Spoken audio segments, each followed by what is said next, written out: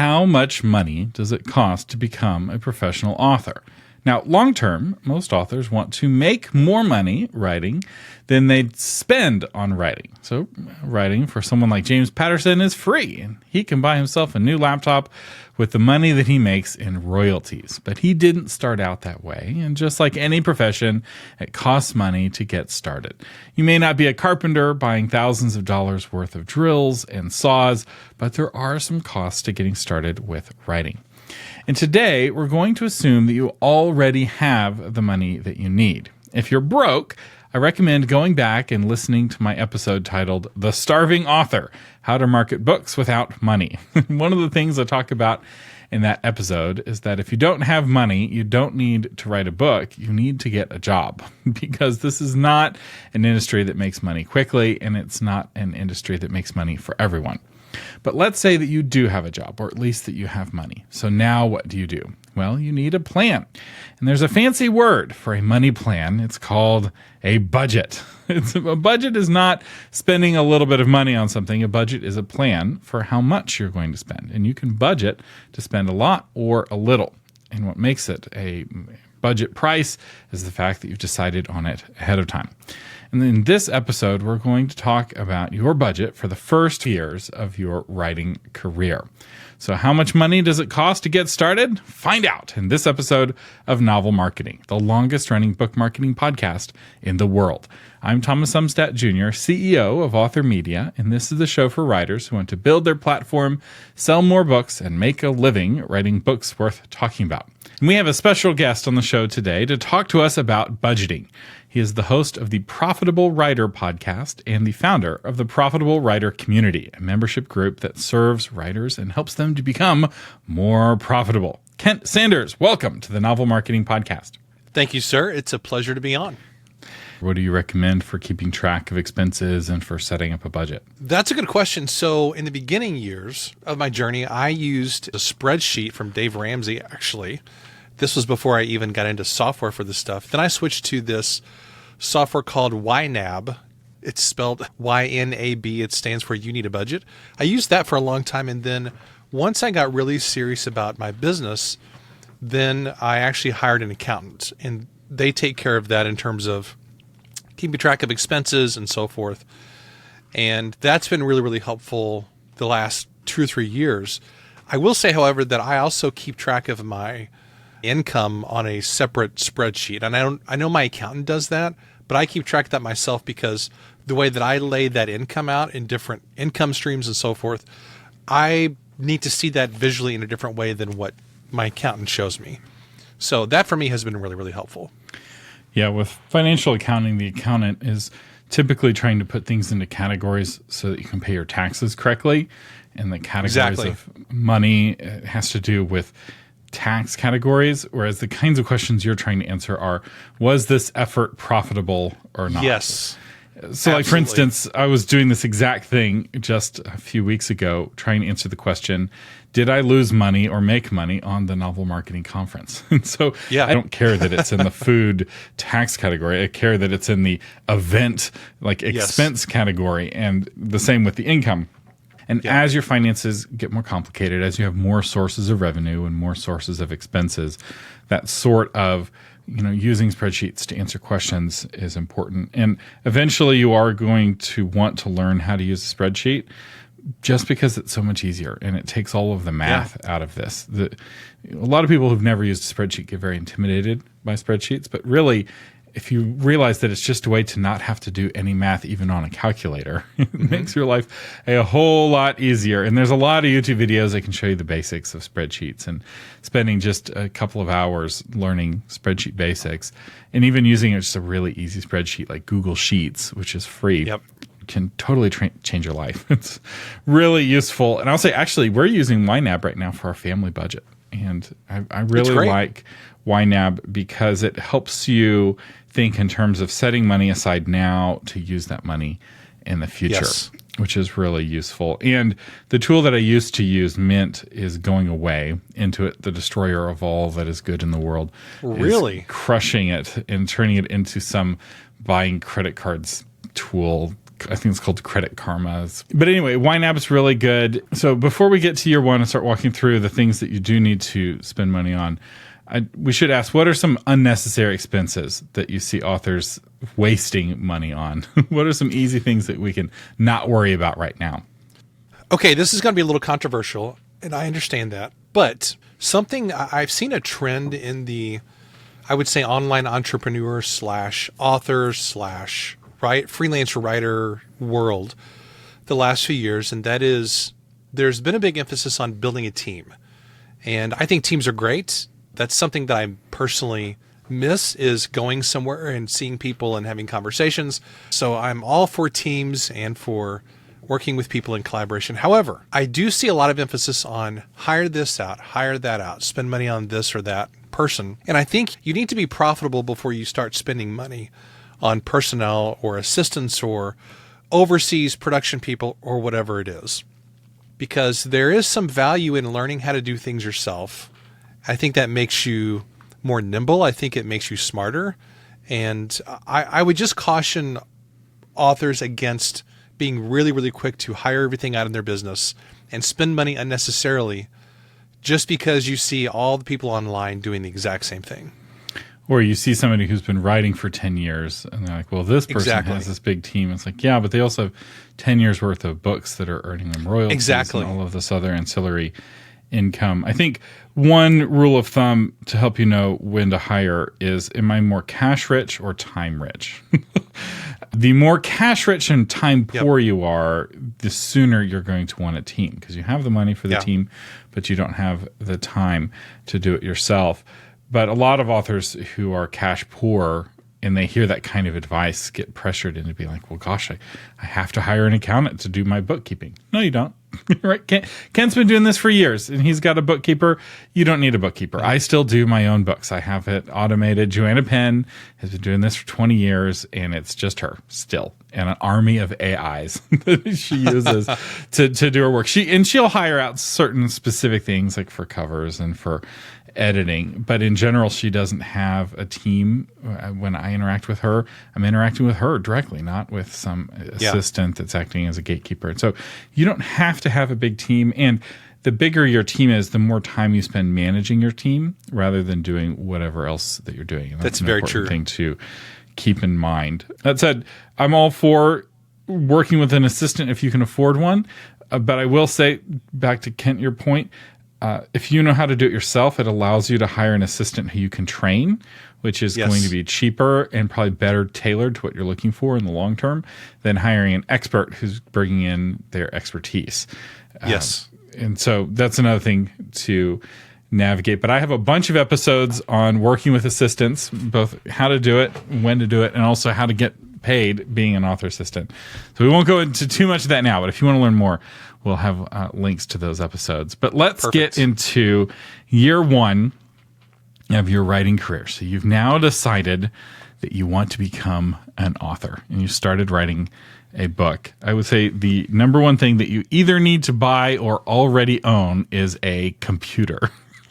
Yes, absolutely. And I've been getting a lot of questions lately about what kind of computer that I recommend. And it's interesting because if you're just getting started, you actually could start with a $200 Chromebook. And you can put Atticus, which costs, I think, $150 on a Chromebook. And Google Docs, of course, works on a Chromebook. And so you don't have to spend a lot of money on a Chromebook. So that's kind of the cheap end. That's not what I personally would recommend. The computer that I use and recommend is a Mac. And if for an author, I think I'd recommend the M2 15-inch MacBook Air. I feel like that's the best bang for the buck in the Mac world. Macs are actually cheaper than PCs in the long run because they last longer. So they're not cheaper up front. So if you can't afford one, don't buy one. But in my experience, the typical Mac laptop will last 5 to 8 years, where the typical PC laptop lasts about 2 to 5. I'll throw in my 2 cents here. So from 2011 through 2020, I used the same MacBook Pro. It was a 2012. So it lasted a long time. In fact, my wife still uses that computer. So this is 13 years into the ownership.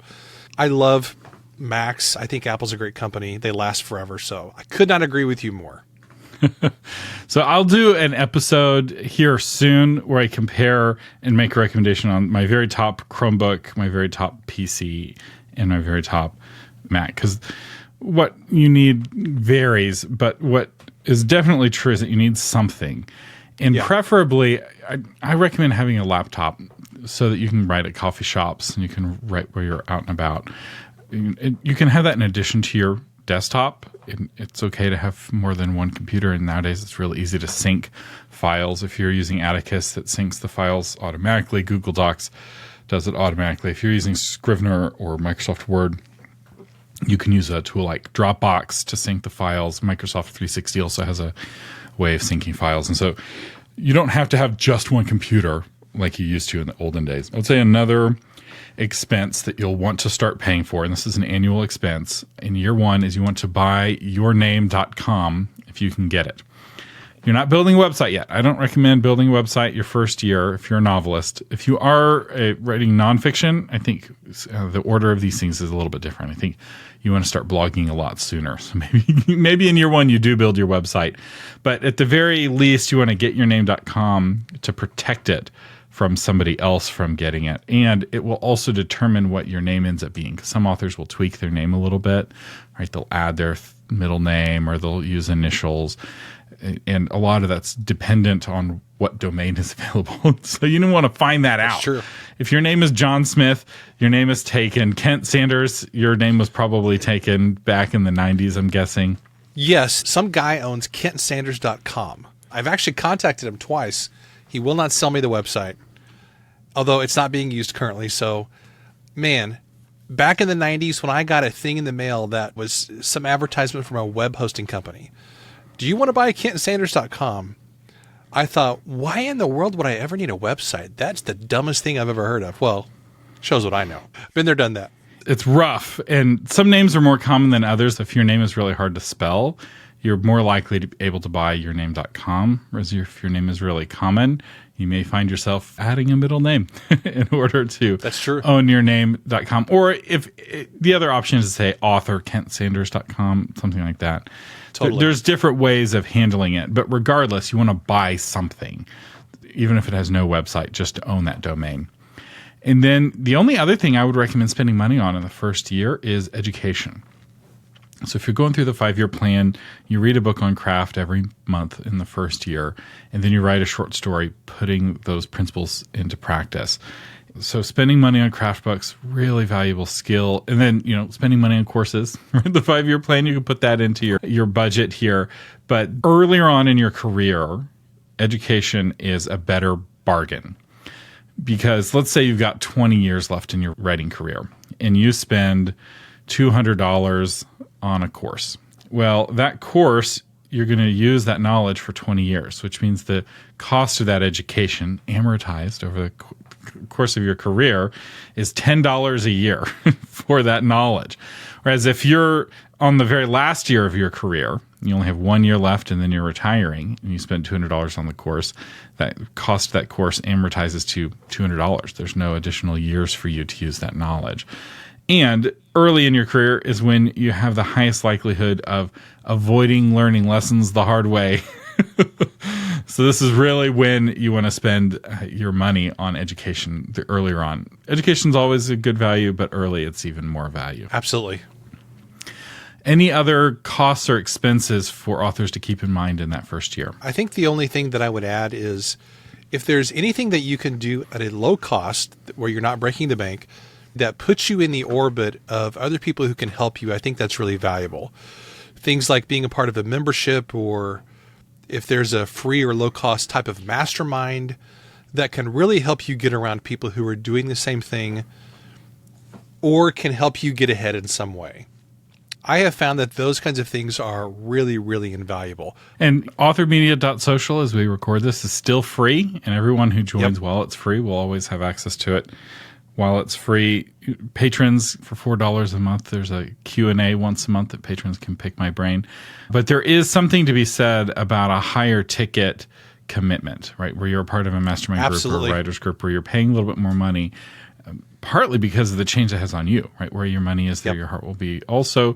So with that, let's go on to the second year of your writing career. I recommend, again, setting money aside for education.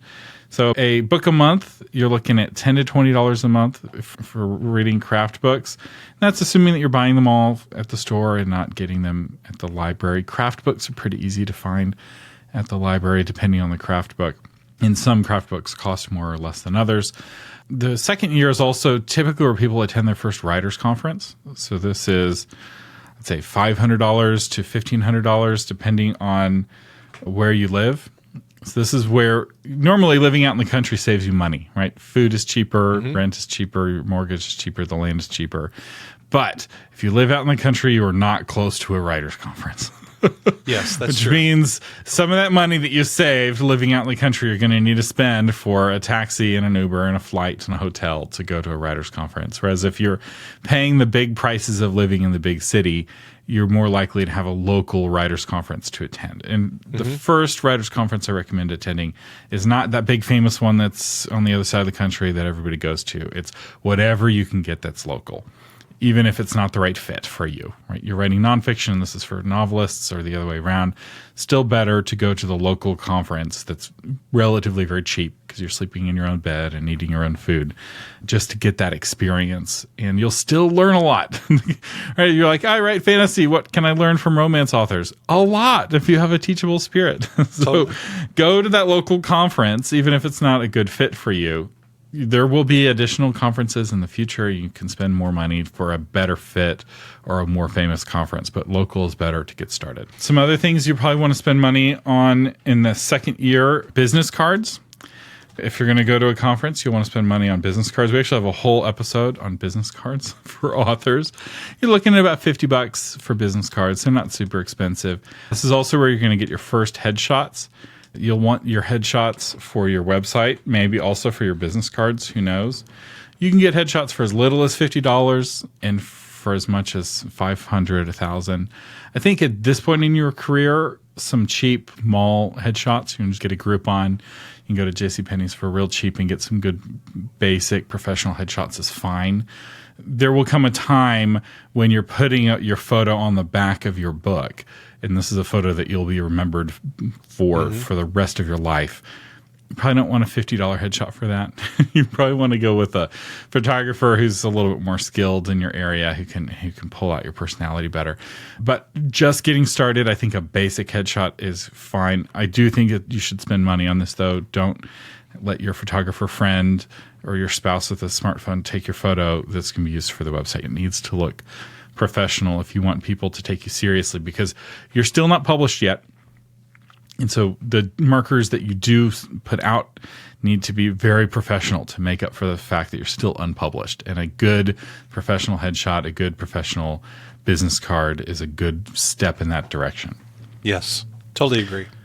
And then the second year is also where you're building your website, at least a basic, 2-3 page website. It doesn't have to be very complicated. In fact, it could just be a one-page website. You want to start that timer for your Google rankings, and it doesn't have to be a lot of money. I have a guide on how to build a website for like $300 or $400 using WordPress and Divi. It's actually a little bit cheaper now because Divi has a lower cost of entry than it used to. Divi has a really good lifetime deal that's the same price it always was, and that's cheaper in the long run. But if you're just getting started and you only want to pay for a year of it, you can get a year of Divi really cheap. I have a free course that walks you through how to build your own website, and it's good to have that. And now you have something to put on your business card, and you're going to start feeling like a real author with a professional headshot, a real business card, and a real website.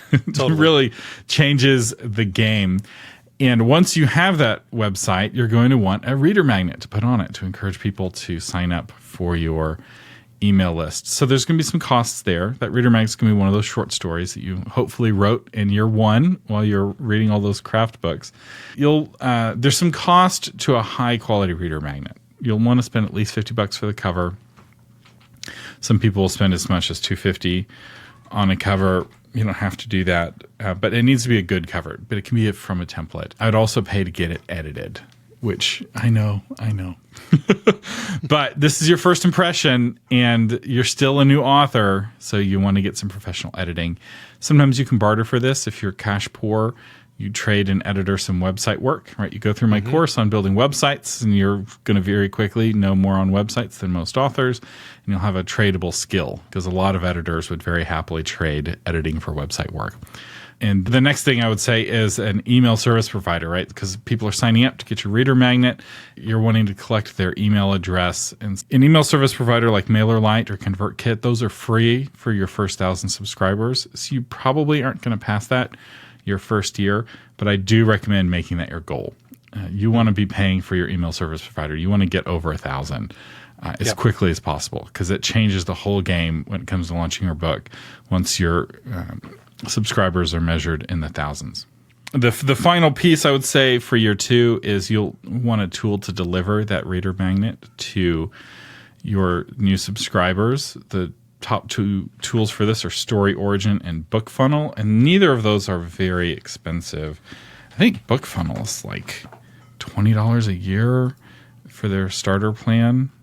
It's not very expensive, but this will make it a lot easier to deliver your reader magnet and start onboarding readers. And now you've got a website. You have some fiction that people can read. You're not selling anything yet, but you're getting feedback and you're building a email list of fans who are anticipating your book coming out. This is when it's starting to get fun, which takes us to year 3.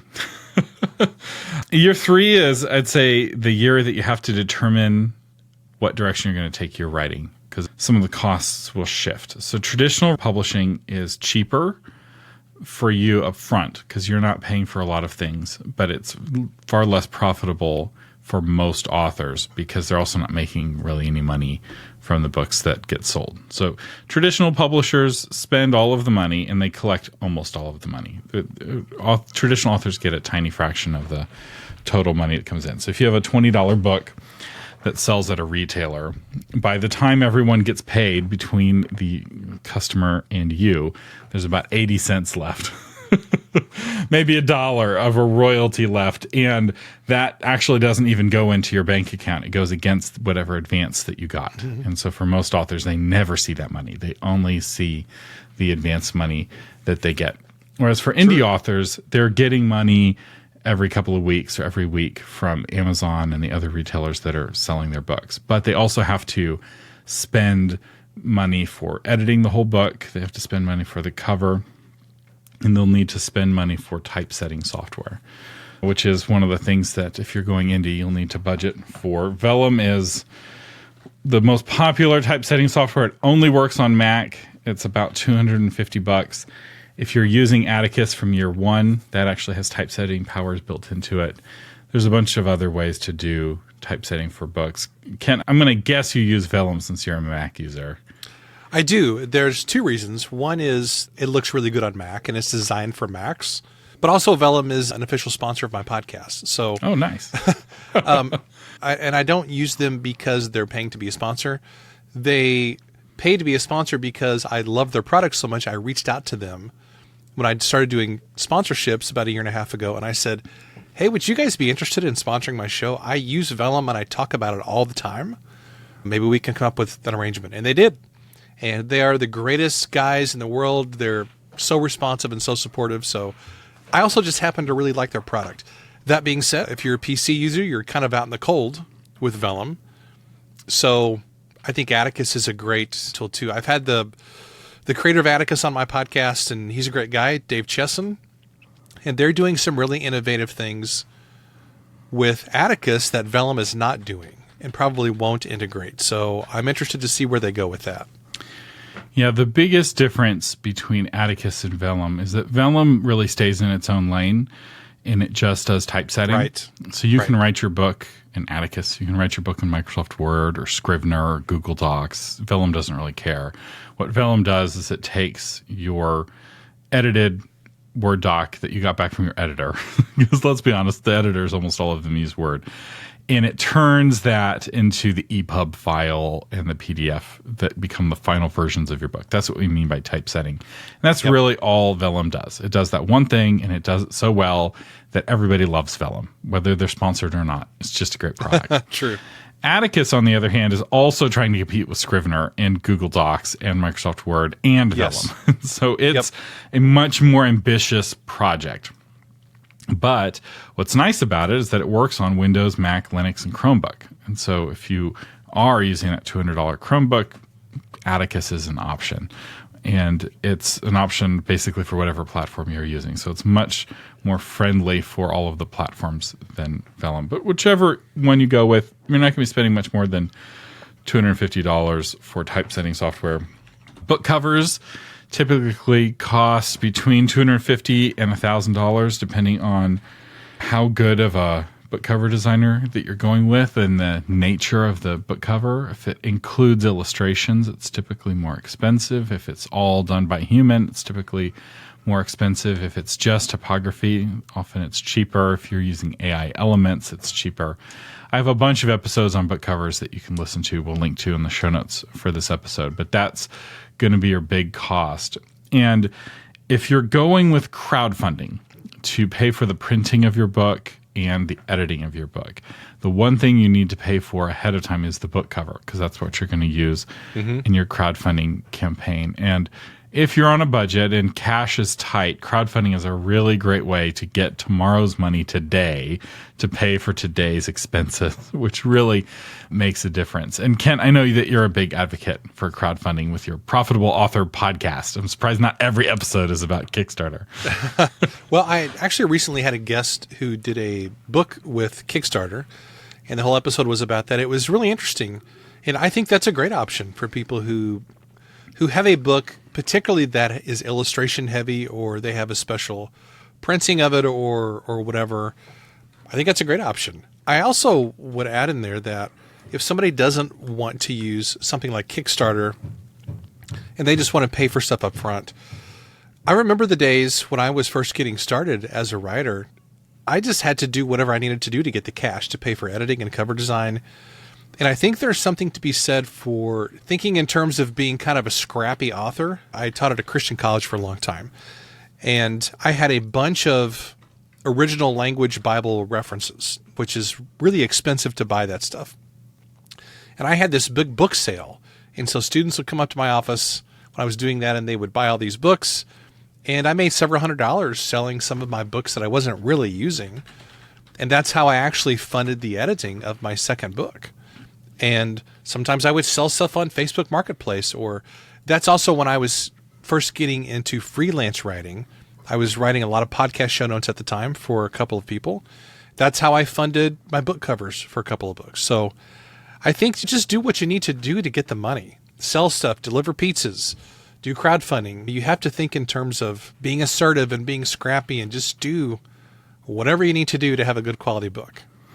That's right. And the skills that you're getting as an author and listening to this podcast are skills that are useful in other places and in other ways. In fact, it's just 3 or 4 weeks after the Novel Marketing Conference concluded, and I got an email from one of the attendees who said that he's now using what he learned at the conference. He's got a new role at his company where he became the marketing guy because they're having a meeting and they're like talking about marketing. And because he went to this conference and because he's been listening to this podcast, he's up on all the jargon. And everyone looked at him and like, you seem to know a thing or two about marketing. And now he's the marketing guy. And it led to a bigger, richer role in his business.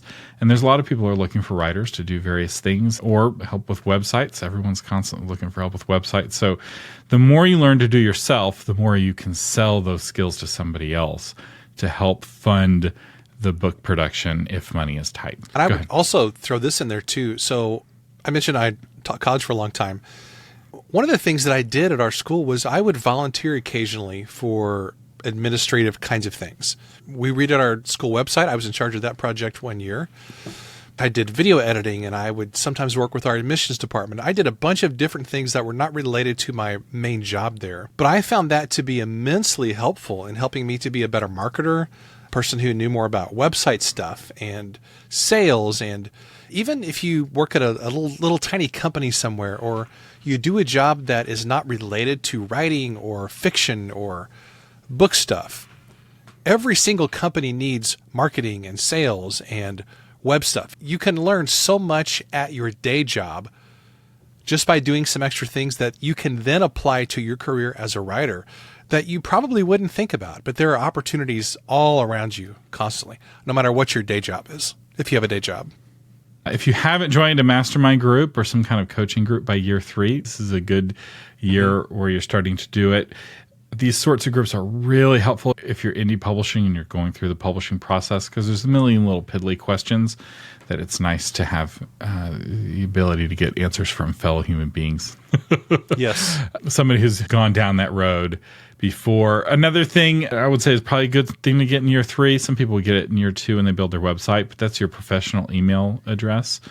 Your, Thomas at AuthorMedia.com, John at johnsmith.com email address. So you're no longer using that Gmail URL.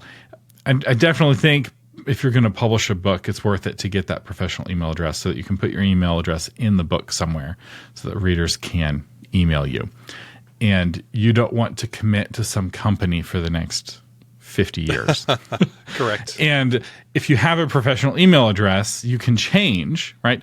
I'm using Gmail for Thomas at AuthorMedia.com, but if I decide I don't like Google, I could switch and use Apple or Microsoft, and Thomas at AuthorMedia.com would continue being the email address that everyone sees. But my Gmail, if I switch away from Google for my Gmail, I have to get a totally different email address, and now that old email address is broken.